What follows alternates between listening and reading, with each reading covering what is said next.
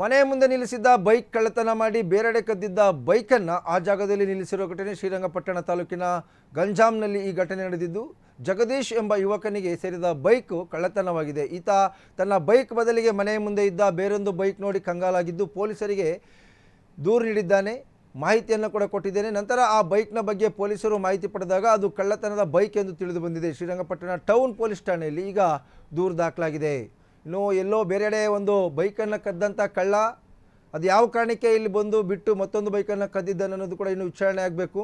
ಅಂದರೆ ಭಾಳ ಮುಖ್ಯವಾಗಿ ಆ ಕದ್ದ ಬೈಕ್ ಏನಾದರೂ ಕೂಡ ಕೈ ಕೊಟ್ಟದ ಆ ಜಾಗಕ್ಕೆ ಬರೋಷ್ಟೊತ್ತಿಗೆ, ಅಥವಾ ಆ ಬೈಕ್ನಲ್ಲಿ ಬಂದು ಈ ಬೈಕನ್ನು ಕದಿತಕ್ಕಂಥ ಒಂದು ಪ್ಲ್ಯಾನ್ ಮಾಡಿದ್ರ ಕಳ್ಳರು.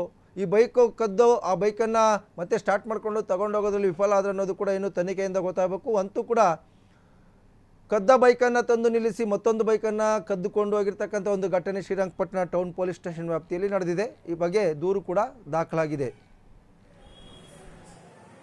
ಮಾಮೂಲಿ ನೈಟ್ ಎಲ್ಲ ಗಾಡಿ ನಿಲ್ಸ್ಬಿಟ್ಟು ಮಲಗಿದ್ದಾವ ಮನೇಲಿ.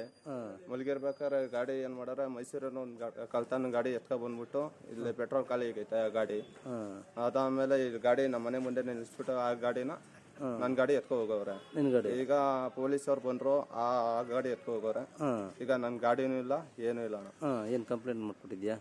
ಇನ್ನೂ ಕಂಪ್ಲೇಂಟ್ ತಗೊಂಡಿಲ್ಲ ಅಣ್ಣ. ಹುಡುಕ್ತೀನಿ ಅಂತ ಹೇಳವ್ರೆ ಪೊಲೀಸರು. ಈಗ ಹೋಗಿ ಕಂಪ್ಲೇಂಟ್ ಕೊಡ್ಬೇಕು.